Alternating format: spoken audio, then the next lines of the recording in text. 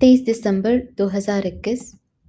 मीठे बच्चे, ये सुहावना कल्याणकारी संगम युग है जिसमें स्वयं बाप आकर पतित भारत को पावन बनाते हैं।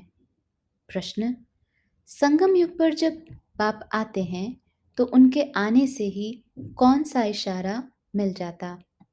उत्तर: इस पुरानी दुनिया के अंत होने का इशारा सबको मिल जाता है, क्योंकि बाप आते ही हैं पतित सृष्टि का अंत करने।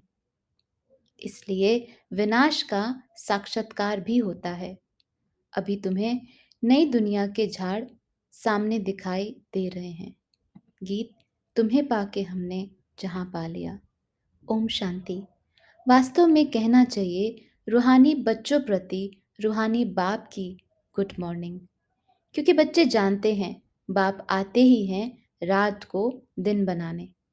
यह भी हिसाब किया जाता है आखिरी में भी बाबा आते किस समय हैं। तिथि तारीख नहीं, परंतु किस समय में आते हैं। जरूर 12 बजकर 1 मिनट हुआ होगा तब बाबा ने इस शरीर में प्रवेश किया होगा। यह है बेहद की रात और दिन। तिथि तारीख नहीं बताई जा सकती है। अपने बच्चों से ही कहते हैं हम आकर रात को दिन, नर्क को स्वर्ग बनाते हैं, अथवा पतित दुनिया को पावन दुनिया बनाते हैं। समझ में आता है कि बाबा का आना रात्रि को ही कहा जाता है। शिवरात्रि कहते हैं ना, आते हैं ही रात को दिन बनाने। उनकी कोई जन्म पत्री है? कृष्ण जयंती की भी तिथि तारीख कुछ नहीं है, क्योंकि उनको बहुत दूर ले गए हैं। यह किसको पता नहीं कृष्ण का जन्म कब हुआ।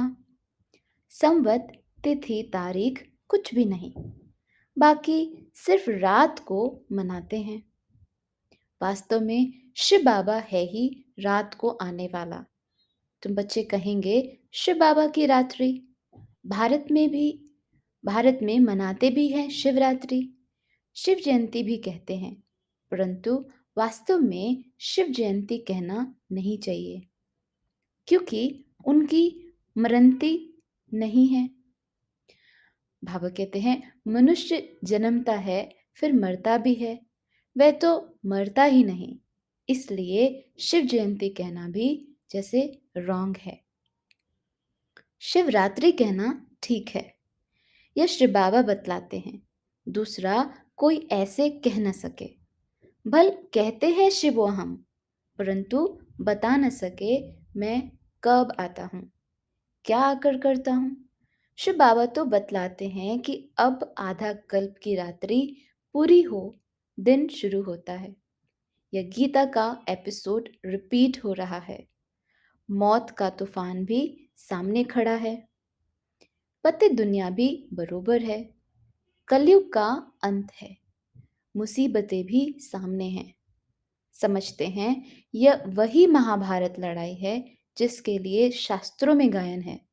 नेचुरल कैलामिटीज द्वारा पुरानी दुनिया का विनाश होना है, तो जरूर गीता का भगवान आया होगा, आएगा ही कलयुग के अंत में। सतयुग का फर्स्ट प्रिंस व फिर द्वापर में तो हो न सके। मनुष्य को 84 शरीर मिलते हैं, हर एक जन्म में फीचर्स बदल जाते हैं, एक न मिले दूसरे से। बल अभी कृष्ण का गायन पूजन है, परंतु उनके एक्यूरेट फीचर्स तो हो न सके, उनका फोटो भी निकल न सके। ऐसी ही मिट्टी का कागज का बना लेते हैं। एक्यूरेट फीचर्स तो जब ध्यान में जाओ तब तुम देख सकते हो, बाकी फोटो निकाल नहीं सकते। बाबा कहते हैं मीरा कृष्ण से डांस करती थी, परंतु बहुत नामी ग्रामी है, शिरोमणि भक्तों में गाई जाती है। कृष्ण को याद करती थी तो झट उनको साक्षात्कार होता था। कृष्ण से प्रीत थी, साक्षात्कार में देखती थी, इसलिए पवित्र रहना चाहती थी। जानते हैं वहां विकार तो होता नहीं। कृष्ण से प्रीत लगी तो पवित्र जरूर बनना पड़े। पतित तो कृष्ण के साथ मिल न सके। मीरा पावन रही इसलिए उनकी महिमा है। ये सब राज बाबा ही समझाते हैं। भक्ति मार्ग में तो उनकी अल्पकाल क्षणभंगुर की भावना पूरी हुई, साक्षात्कार हुआ। जो मनोकामना रखते हैं वह अल्पकाल के लिए पूरी हो जाती है। अनेक प्रकार के देवताएं आदि हैं, उनका साक्षात्कार चाहते हैं, तो ड्रामा प्लान अनुसार वह मनोकामना पूर्ण हो जाती है। भक्ति मार्ग की भी नूंद है। वेद शास्त्र पढ़ते, माथा तो मारते भी मुक्ति जीवन मुक्ति में जा नहीं सकते। आगे बनारस में जाकर काशी कलवट खाते थे, समझते थे शिवपुरी अर्थात मुक्ति में जाएं, परंतु जा नहीं सकते। मुक्ति में ले जाने वाला तो एक ही बाप है, उनको ही मुक्ति जीवन मुक्ति दाता कहा जाता है। दूसरा कोई ले जा नहीं सकता। सतयुग में लक्ष्मी नारायण का राज्य था तो जीवन मुक्ति थी, जीवन बंद नहीं था। बहुत थोड़े आदमी रहते थे। इस समय कितने करोड़ों मनुष्य हैं। सतयुग में इतने थे नहीं। बाकी उस समय सब कहाँ थे, यह भी अभी तुमको सब पता पड़ा है। सृष्टि के आदि मध्य अंत की नॉलेज अभी तुमको मिलती है। रचयिता और रचना के आदि मध्य अंत को कोई जान नहीं सकते। अभी तुम जानते हो पतित सृष्टि का अंत है। वे तो समझते हैं कलयुग अजुन 40,000 वर्ष चलना है, परंतु तुम जानते हो अभी कलयुग का अंत होना है। तभी बाप आकर सारी नॉलेज सुनाते हैं। ऊंचते ऊंच है ही भगवान, उनका जन्म भी यहाँ होता है। आते भी हैं संगम पर और अंत होने का इशारा देते हैं। विनाश का साक्षात्कार भी कराया है। अर्जुन के लिए भी दिखाया है ना कि साक्षात्कार हुआ। तुम बच्चों में भी बहुतों ने साक्षात्कार किया है। जितना जितना नजदीक आएंगे तो देखने में आएगा। मनुष्य जब घर के नजदीक आते हैं तो सब बातें याद आती हैं ना। तुमको भी बहुत साक्षात्कार होते रहेंगे। मुक्ति धाम में जाकर फिर जीवन मुक्ति में आना है। तुम जानते हो बरोबर भारत विश्व का मालिक था। बाप कहते हैं मैं हर 5,000 वर्ष के बाद आकर तुमको राजयोग सिखलाता हूँ। यह स्थापना हो रही है भविष्य नई दुनिया के लिए। संगम पर स्थापना होती है। तुम ब्राह्मण हो ही संगम युग पर। वह है शूद्र, तुम हो ब्राह्मण, वह देवताएं। यह बातें कोई शास्त्रों में नहीं है। मनुष्य थोड़े ही जानते हैं कि संगम किसको कहा जाता है। इनको कल्याणकारी सुहावना संगम युग कहा जाता है, जहां से पतित भारत पावन बनता है। बाप ही कल्याणकारी है, आते भी भारत में हैं। बाप कहते हैं अभी तुम्हारे 84 जन्म पूरे हुए, अब तुम पतित हो। एक भी पावन नहीं, सब भ्रष्टाचारी हैं, विकार से पैदा होते हैं। तुम श्रेष्ठ देवी देवता थे, फिर क्षत्रिय वैश्य शूद्र बने, अभी ब्राह्मण बने हो, फिर देवता बनेंगे, फिर अंत में आकर प्रजापिता ब्रह्मा मुख द्वारा स्थापना करते हैं। किसकी? अब कहते स्वर्ग की, देवी देवता धर्म की। तुम यहाँ आए हो देवी देवता बनने, दैवी गुण धारण करने। यह तो तुम बच्चों को मालूम है कि कोई भी विकारी को यहाँ अलाव नहीं किया जाता है। पहले पहले पवित्रता की प्रतिज्ञा लेनी होती है। एक बार प्रतिज्ञा कर फिर अगर तोड़ते हैं तो एकदम रसातल में चले जाते हैं, चंडाल का जन्म पा लेते हैं। यहाँ बाबा के आगे पतित कोई आ नहीं सकते।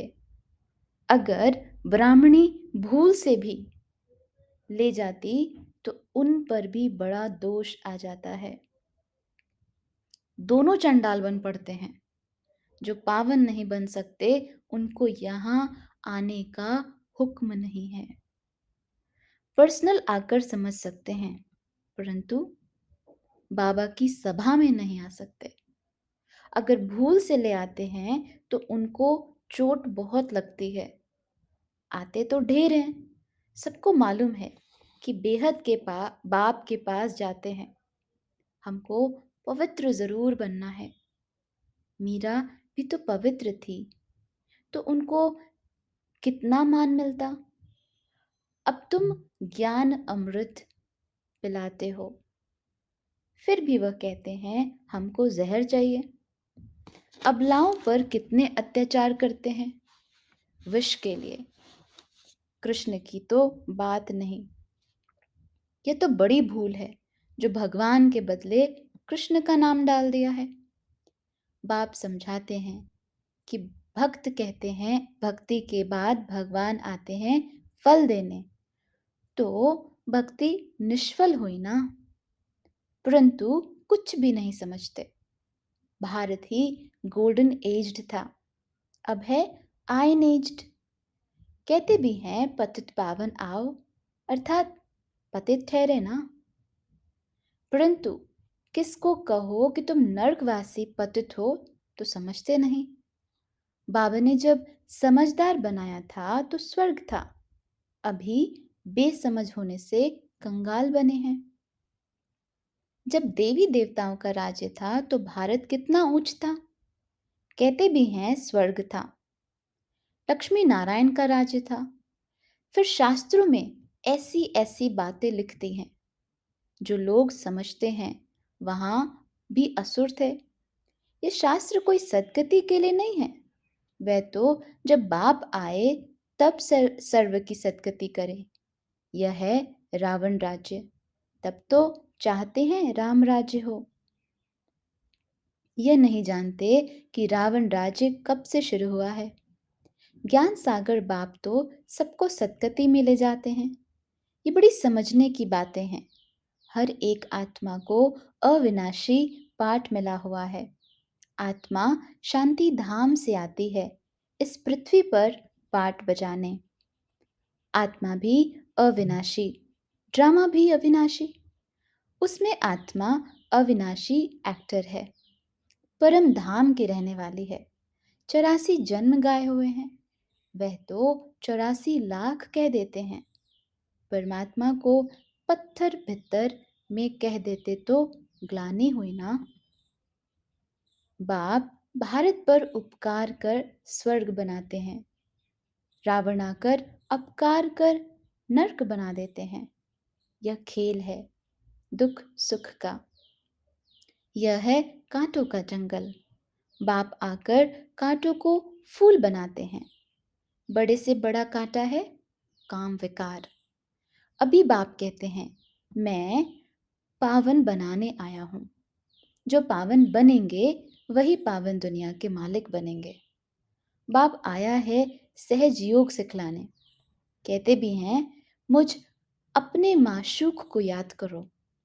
सभी आत्माएं एक माशूक पर आशिक हैं। वह आकर सबको ले जाते हैं मुक्ति धाम। परंतु बाबा कहते हैं तुम पतित चल नहीं सकेंगे। मुझे याद करो तो खाद निकल जाए। ड्रामा अनुसार जब टाइम आता है तभी मैं आता हूँ तुम बच्चों को पावन बनाने। ये वही महाभारत लड़ाई है। मृत्यु लोक में यह अंतिम लड़ाई है। अमरलोक में लड़ाई होती नहीं, वहां है ही राम राज्य। वहां रहते हैं धर्म आत्माएं, यहाँ हैं पाप आत्माएं। पाप करते ही रहते हैं। पुण्य आत्माओं की दुनिया को स्वर्ग कहा जाता है। बाप कहते हैं मैं 1 सेकंड में तुमको चढ़ती कला में ले जाता हूँ। इसमें सिर्फ यह एक ही अंतिम जन्म लगता है और उतरती कला में 84 जन्म लगते हैं। तो बाप कहते हैं, उठते बैठते सिर्फ मुझे याद करो। इन साधुओं का भी उद्धार करने मुझे आना पड़ता है। तमो प्रधान बुद्धि मनुष्य जो कुछ सुनते हैं वह सत्य सत्य करते रहते हैं। अंध श्रद्धालु है ना, इसको कहा जाता है ब्लाइंड फेथ। गुड़ियों की पूजा करते रहते हैं, बायोग्राफी को जानते ही नहीं। अब बाप आकर इन सब का ज्ञान देते हैं। इसको रूहानी स्पिरिचुअल नॉलेज कहा जाता है। वह है शास्त्रों की फिलॉसफी। यह भी बाप आकर बच्चों को समझाते हैं। दुनिया में तो एक भी मनुष्य नहीं जो परम पिता परमात्मा को यथार्थ रीति जानते हों। मनुष्य होकर और बाप को न जाने तो जानवर से भी बदतर ठहरे। बाबा कहते हैं, देवताओं के आगे जाकर महिमा गाते हैं। कहते, आप सर्वगुण संपन्न 16 कला संपूर्ण हैं। तो दोनों मनुष्य है ना, परंतु यह है सारा कांटों का जंगल। बाबा तुमको कांटों से फूल बनाते हैं। भारत सचखंड था, फिर रावण आकर झूठ खंड बनाते हैं। सचखंड बनाने वाला है परमपिता परमात्मा। बाप ही आकर परिचय देते हैं, सो भी ब्राह्मण बच्चों को। फिर यह ज्ञान रहेगा नहीं। तुम बच्चे योग बल से विश्व के मालिक बनते हो। बाहुबल से कब किसको विश्व की बादशाही मिल नहीं सकती। भारत जो विश्व का मालिक था, सो अब कंगाल बना है। मनुष्यों की बुद्धि ऐसी है जो बाहर में बोर्ड देखते भी हैं, लिखा हुआ है प्रजापिता ब्रह्मा कुमार कुमारियां, तो भी नहीं समझते कि यह है ईश्वरीय फैमिली। इतने ढेर भी के हैं, इसमें अंधश्रद्धा की तो बात हो न सके। यह है ईश्वरीय परिवार। समझते हैं यह भी कोई इंस्टीट्यूशन है। अरे यह तो फैमिली है ना, कुमार कुमारियां। तो ये घर हुआ ना। इतनी प्रदर्शनी करते हो, समझाते हो, फिर भी समझते थोड़े ही हैं। 7 दिन का जब कोर्स ले अच्छी रीति समझे तब बुद्धि में बैठे कि बाप फिर से बेहद का वर्षा देने आए हैं। अच्छा, मीठे मीठे सिकिलदे बच्चों प्रति माता पिता बाप दादा का याद प्यार और गुड मॉर्निंग। रूहानी बाप की रूहानी बच्चों को नमस्ते। धारणा के लिए मुख्य सार। पहला पॉइंट है, चढ़ती कला में जाने के लिए उठते बैठते एक बाप की याद में रहना है। बाप समान सभी पर उपकार करना है। दूसरा, ज्ञान अमृत पीना और पिलाना है। कांटों को फूल बनाने की सेवा करनी है। वरदान, मर्जीवा स्थिति द्वारा हिम्मत और उल्लास की अविनाशी स्टैंप लगाने वाले प्राप्ति संपन्न भव। जो प्राप्तियों से संपन्न होते हैं उनके हर चलन नैन चैन से उमंग उत्साह दिखाई देता है, लेकिन हिम्मत और उल्लास की अविनाशी स्टैंप लगाने के लिए अपने पास्ट के व ईश्वरीय मर्यादाओं के विपरीत जो संस्कार, स्वभाव, संकल्प व कर्म होते हैं उनसे मर्जीवा बनो। प्रतिज्ञा रूपी स्विच को सेट कर प्रैक्टिकल में प्रतिज्ञा प्रमाण चलते रहो।